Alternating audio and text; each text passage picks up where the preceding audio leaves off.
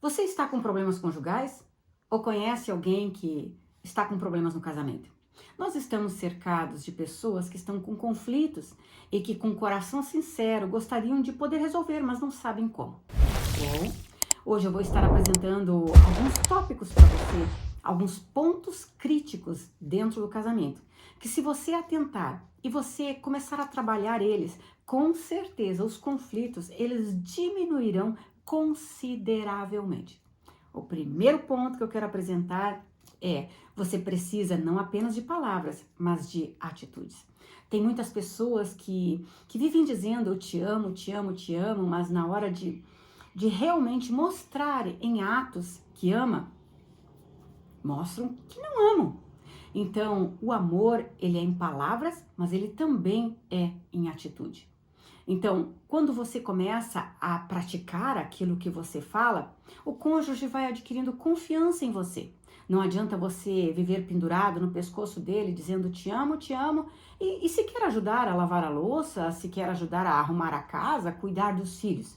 Então, o casamento é uma sociedade e tudo tem que ser dividido, repartido de uma forma adequada. Os serviços da casa, é muito comum hoje vermos marido e mulher trabalhando fora. Então, a casa é responsabilidade de ambos e aquilo que tem na casa também, sejam pets, sejam crianças.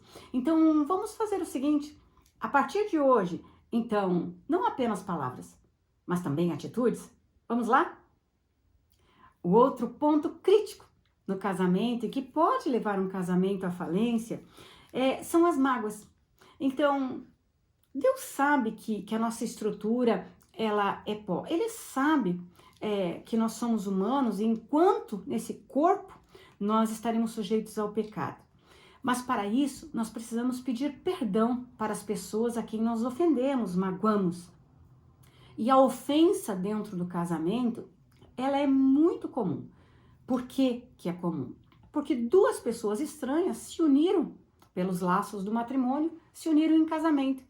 Pessoas de cultura diferente, de um nível social diferente, que viviam em ambientes totalmente diferentes, agora estão juntas e depois de um tempo começam os conflitos.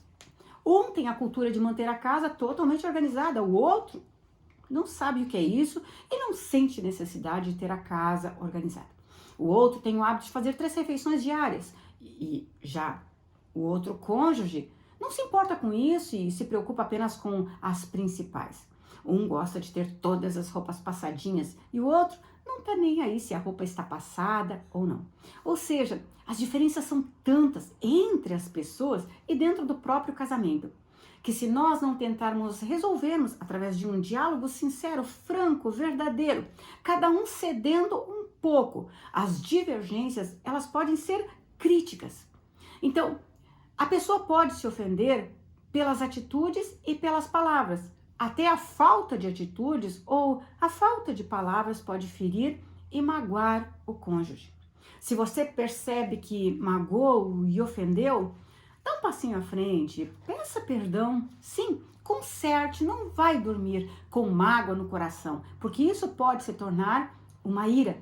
E isso pode levar à dissolução da sociedade conjugal. Então, perdoe. Não espere que a pessoa venha pedir perdão para você.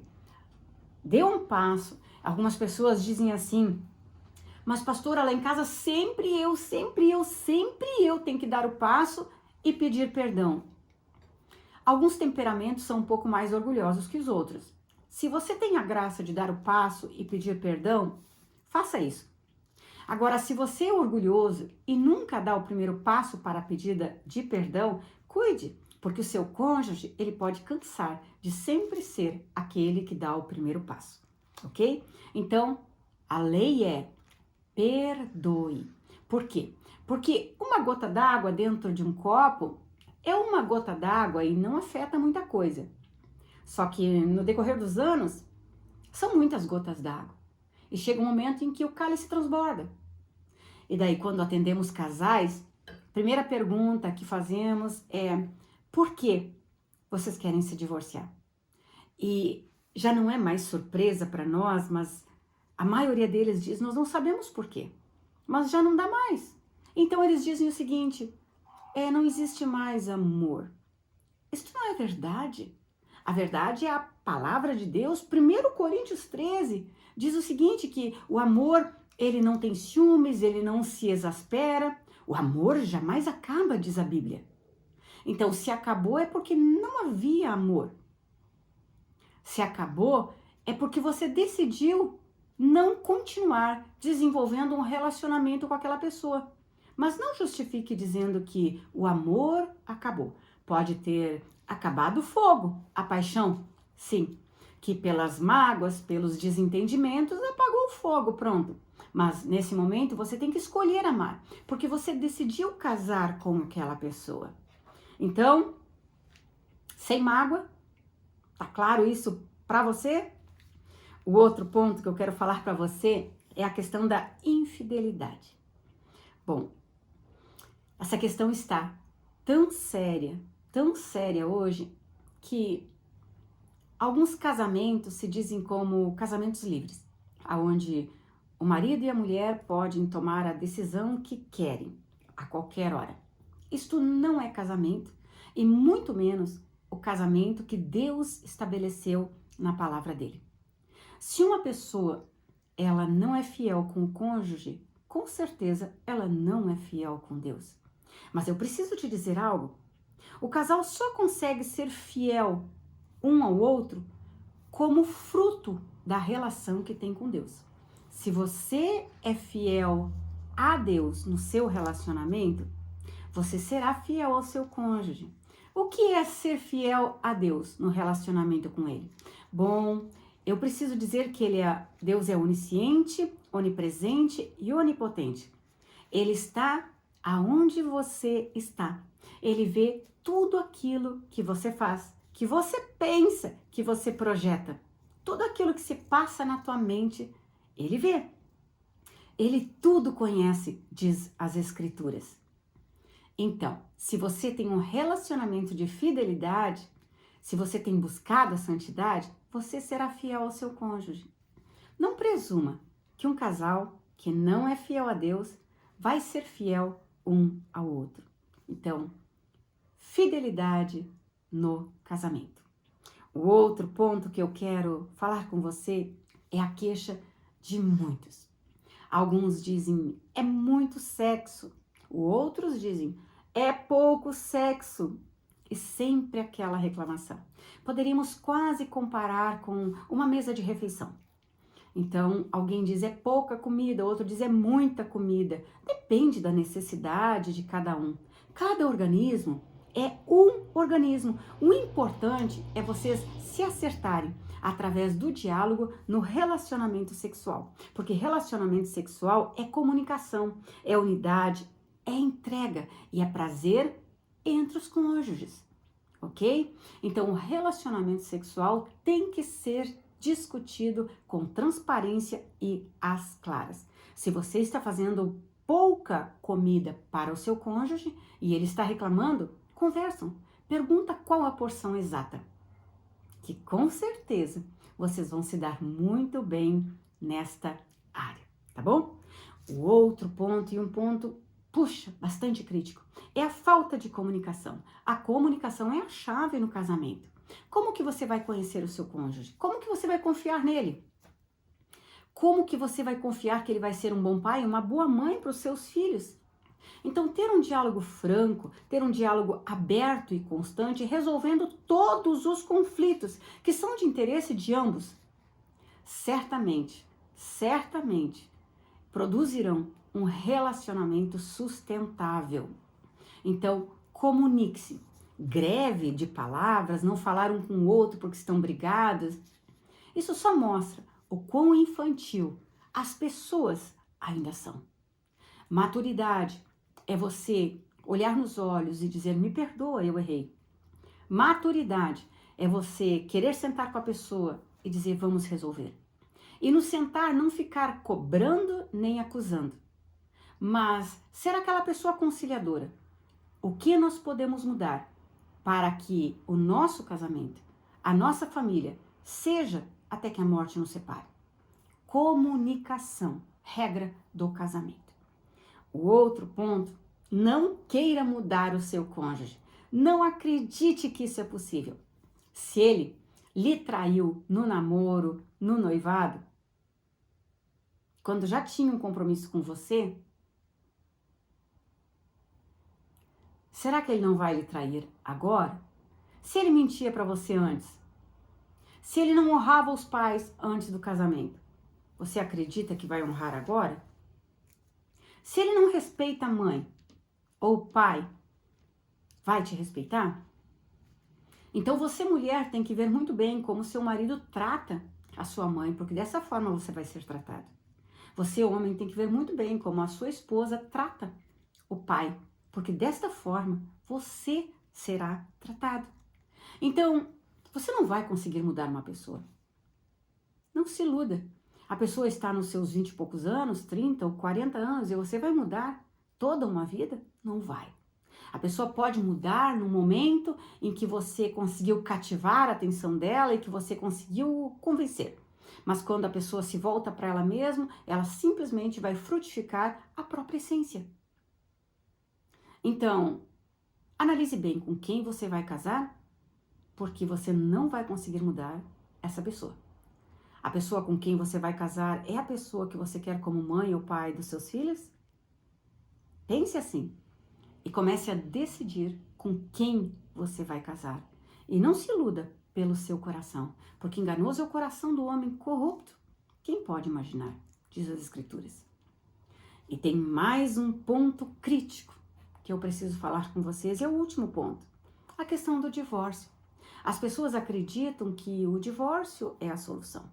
Recentemente eu estava atendendo empresários e esses empresários, eles disseram que iam fechar o negócio e que estava insustentável a situação e que eles não viam uma mudança na economia que viesse a dar a eles esperança de uma prosperidade breve ou futura, a ponto deles honrarem quase que de imediato com todos os compromissos, já podemos dizer também dívidas. E eles viram como solução fechar. Então nós sentamos e conversamos e discutimos todos os pontos fortes, os pontos fracos. E nós percebemos o seguinte, que fechar a empresa não seria uma solução, mas sim trabalhar nos problemas, nas debilidades da empresa, maximizando todos os pontos fortes. Em suma, a decisão final foi que a empresa não seria fechada e todos os sócios arregaçaram as mangas com o compromisso de dar muito mais de si em favor da empresa, principalmente para poder salvar a instituição, poder salvar, vamos dizer assim, o pão na mesa de tantos funcionários. O divórcio não é a resposta. Se Deus criou o casamento, é só Ele quem tem a resposta para você. Então, se você decidir pelo divórcio, é claro, desde que haja violência doméstica e outras coisas, né? Então você pode e às vezes até deve decidir pelo divórcio. Mas, passando disso, será que não existe como trabalhar as debilidades maximizando os pontos fortes? Será que não vale a pena você resolver nessa, vamos dizer assim, sociedade, todos os problemas antes de querer partir? Porque você vai casar de novo. Só que a forma como você sai de um casamento é a mesma forma com a qual você entra num outro relacionamento. Então, se você vai entrar num outro relacionamento, por que não resolver os conflitos existentes neste?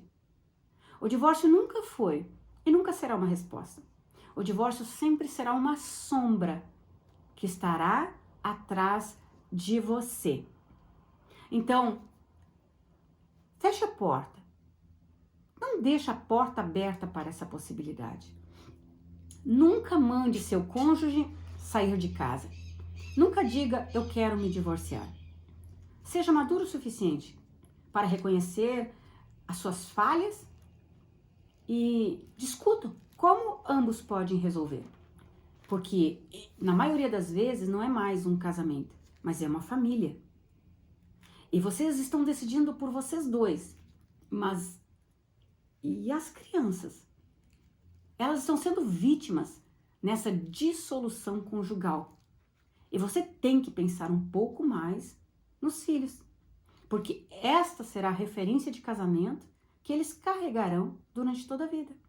Ou seja, casamento com conflito não resolvido e decisão, então, de um divórcio. Feche a porta para o divórcio.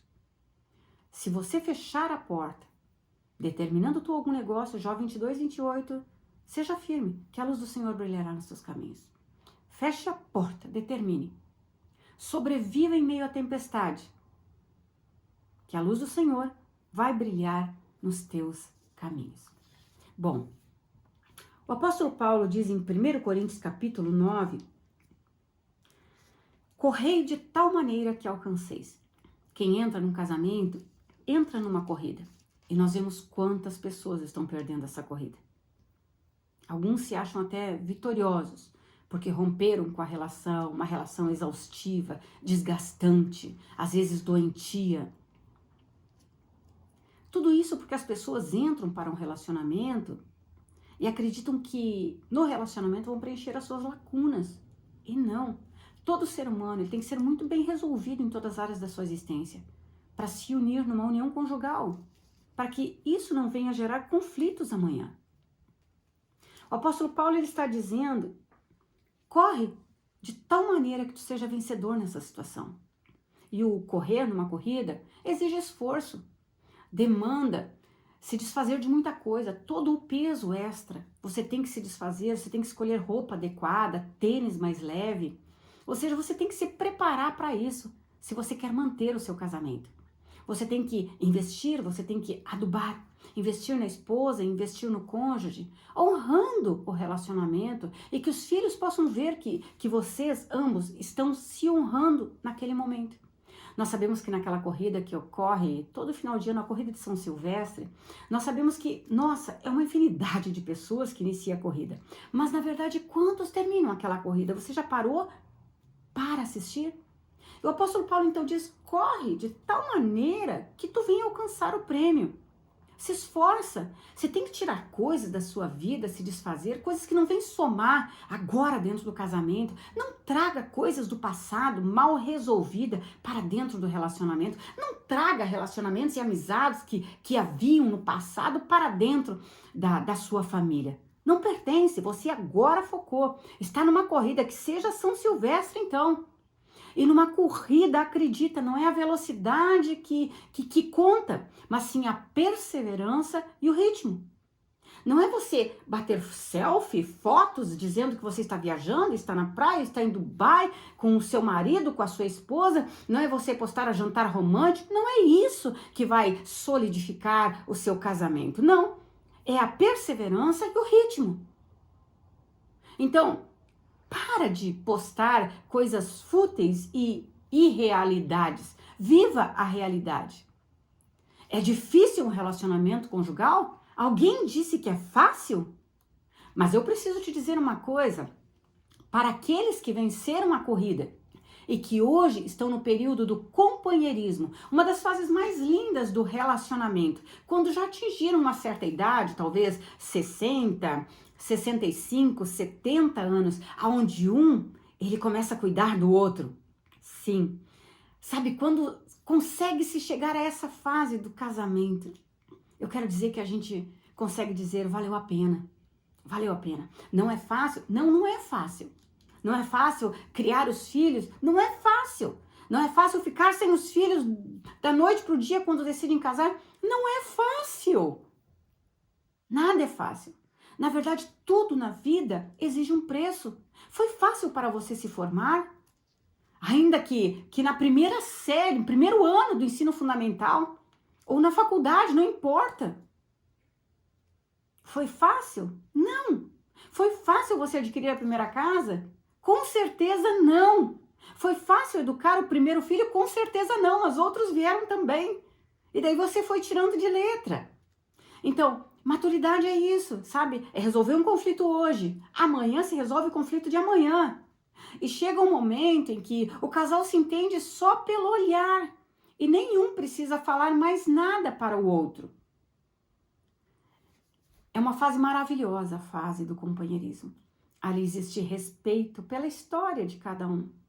Existe honra pela história de cada um. Não existe mais cobrança. Cobrança existe na fase da imaturidade, quando nós queremos que o nosso cônjuge satisfaça os nossos desejos. Mas na maturidade, nós apenas queremos honrar. Honrar cada cabelo branco do cônjuge, honrar a experiência, honrar cada ruga da face ou da mão. E a gente então pode dizer, valeu a pena. Valeu a pena. E para findar, eu quero dizer o seguinte a você. O começo é com muita festa. As pessoas se programam, as pessoas gastam grandes somas financeiras. E às vezes tudo termina num divórcio. Não importa como você começa, mas como você termina. A honra, o respeito e a maturidade, ela é um presente, uma dádiva para aqueles que correram a corrida até o fim, apesar de todas as pedras encontradas no caminho. A cada pedra, o casal tem que unir forças para juntos tirarem o obstáculo e ambos seguirem livres. E nenhum dos dois tem o direito de, vendo uma pedra no caminho, ou no seu ou no do cônjuge, deixar aquela pedra ali. Por quê? Porque existe uma aliança. E esta aliança, ela é na alegria e na tristeza, na saúde e na doença, na riqueza e na pobreza, até que a morte nos separe. Feche a porta para o divórcio. Haja com maturidade e resolva os seus problemas. Todo conflito não resolvido hoje é a crise de amanhã. Eu abençoo a tua casa. Eu abençoo a tua família. E que o amor do Pai, que a graça do Filho e que a comunhão do Espírito Santo seja contigo e com o teu lar. No nome de Jesus. Uma abençoada semana a todos vocês.